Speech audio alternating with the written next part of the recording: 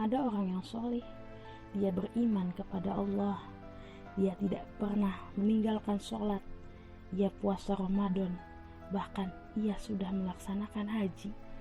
Kenapa dia bisa bangkrut di akhirat? Karena dia melakukan jenis-jenis dosa yang sulit diampuni oleh Allah. Ketika ia hendak masuk surga karena amalan-amalan soleh yang ia punya, ketika ia melangkah ke dalam surga, namun ada yang menuntut kepada Allah, ya Allah, selama hidup dia pernah menghina saya, mencemooh saya, dan dia belum meminta maaf kepada saya, maka pahalanya diambil dan diserahkan kepada orang yang telah ia hina. Ketika hendak melangkah lagi ke dalam surga, kembali ada yang menuntut, ya Allah, dia pernah memfitnah saya dan dia belum meminta maaf kepada saya, maka amalan-amalan puasa diambil oleh Allah dan diserahkan kepada orang yang pernah ia fitnah.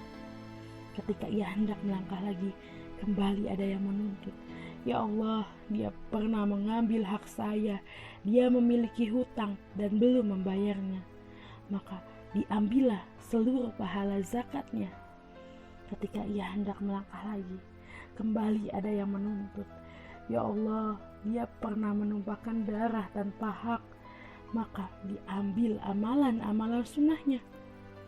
Kemudian ketika ia hendak melangkah lagi ke dalam surga, tetap ada yang menuntut, ya Allah, dia pernah memukul saya, dia pernah menginjak saya, dan dia belum pernah meminta maaf kepada saya.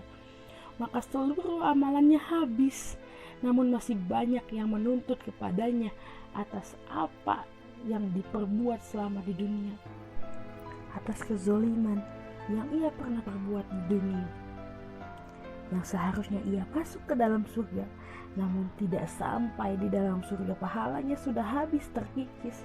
Kesolihan yang ia miliki diambil pahalanya untuk diserahkan kepada orang lain, karena di dunia dia pernah zolim kepada orang lain, namun belum meminta maaf kepadanya.